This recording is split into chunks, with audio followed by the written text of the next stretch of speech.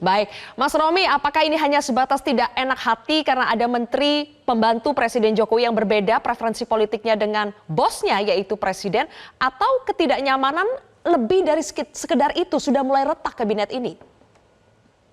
Sebenarnya bukan hanya sekedar ketidaknyamanan perbedaan pilihan politik dengan presiden, tetapi ketidaknyamanan dengan penggunaan alat-alat negara secara eksesif yang ditemui berkali dan berkali dan dicoba untuk diingatkan secara terbuka oleh budayawan, oleh para aktivis pro-demokrasi, oleh para negarawan yang bertubi-tubi secara terbuka maupun tertutup yang mengirimkan surat kepada presiden mengingatkan, tetapi itu tidak juga kemudian mengurungkan dugaan-dugaan tindakan keberpihakan aparat kepada salah satu paslon. Maka apa yang dilakukan oleh Pak Mahfud dengan menyampaikan pengunduran diri secara terbuka hari ini kepada publik adalah bentuk pertanggungjawaban atas ketidaksetujuannya pelanggaran etika yang dilakukan oleh pejabat negara. Soal tidak nyaman itu yang membuat pertama ya Pak Jokowi sendiri ketika beliau yang seharusnya tidak menyampaikan keberpihakan dan duduk sebagai bapak. Ini kan anak-anaknya semua yang memang lintas partai. Ketika seorang anak dengan anak yang lain bertengkar, yang bijak seorang bapak pasti tidak akan berpihak kepada salah satu anak. Mencoba untuk melerai dengan tetap berdiri di zona netral. Tetapi yang terjadi kan bukan begitu.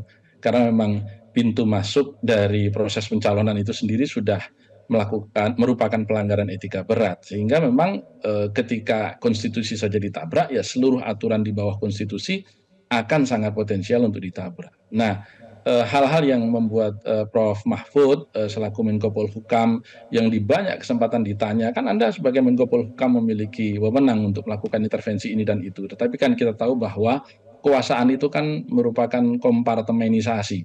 Tidak kemudian ketika seseorang itu memiliki jabatan Menko yang membidangi Polhukam, semua urusan Polhukam pasti bisa dia selesaikan. Tidak selalu, karena ada kompartemenisasi. Sifatnya hanya mengkoordinasikan. Baik. Nah, hari ini apa yang dilakukan Prof. Mahfud adalah bentuk pertanggungjawaban publik atas tidak setujuannya melihat pelanggaran etika yang terus dan terus dilakukan oleh aparat-aparat di pemerintahan ini, dan dengan demikian beliau juga akan lebih leluasa menyampaikan secara terbuka hal-hal yang selama ini secara etis tidak beliau bisa sampaikan ketika beliau masih menduduki jabatan publik.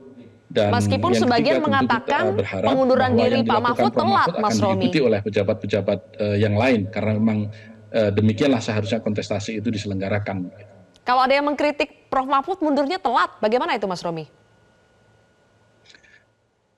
Bukan soal terlambat, karena tadi sudah saya jelaskan di awal bahwa memang harapan untuk melihat aparat-aparat negara ini tidak berpihak di awal-awal proses nominasi ini kan masih ada.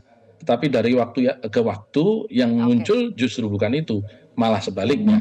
Contoh misalnya kemudian ketika kita melihat bagaimana bantuan langsung tunai yang dikucurkan sepanjang tahun ini itu justru hampir 2 kali lipat dibandingkan dengan bantuan selama COVID. Ini kan luar biasa, hampir 2 kali lipat jumlahnya. Dan kenaikan dibanding tahun lalu 12%. Ini justru melampaui pertumbuhan ekonomi itu sendiri.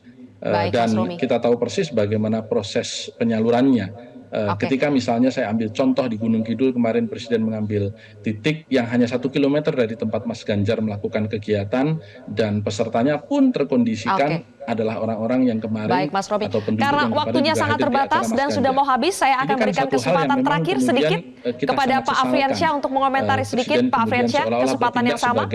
Juru bicara atau justru juru kampanye dari paslon tertentu yang memotong-motong jalur. Mohon maaf kalau begitu Bapak-bapak, terpaksa saya harus potong karena ternyata sudah harus azan maghrib. Mohon maaf sekali, kita harus sudahi sampai di sini. Jelas, Pak Afriansyah. Sekali putaran untuk Prabowo Gibran. Baik Pak Romi, terima kasih sudah bergabung bersama kami di Prime Time News pemirsa.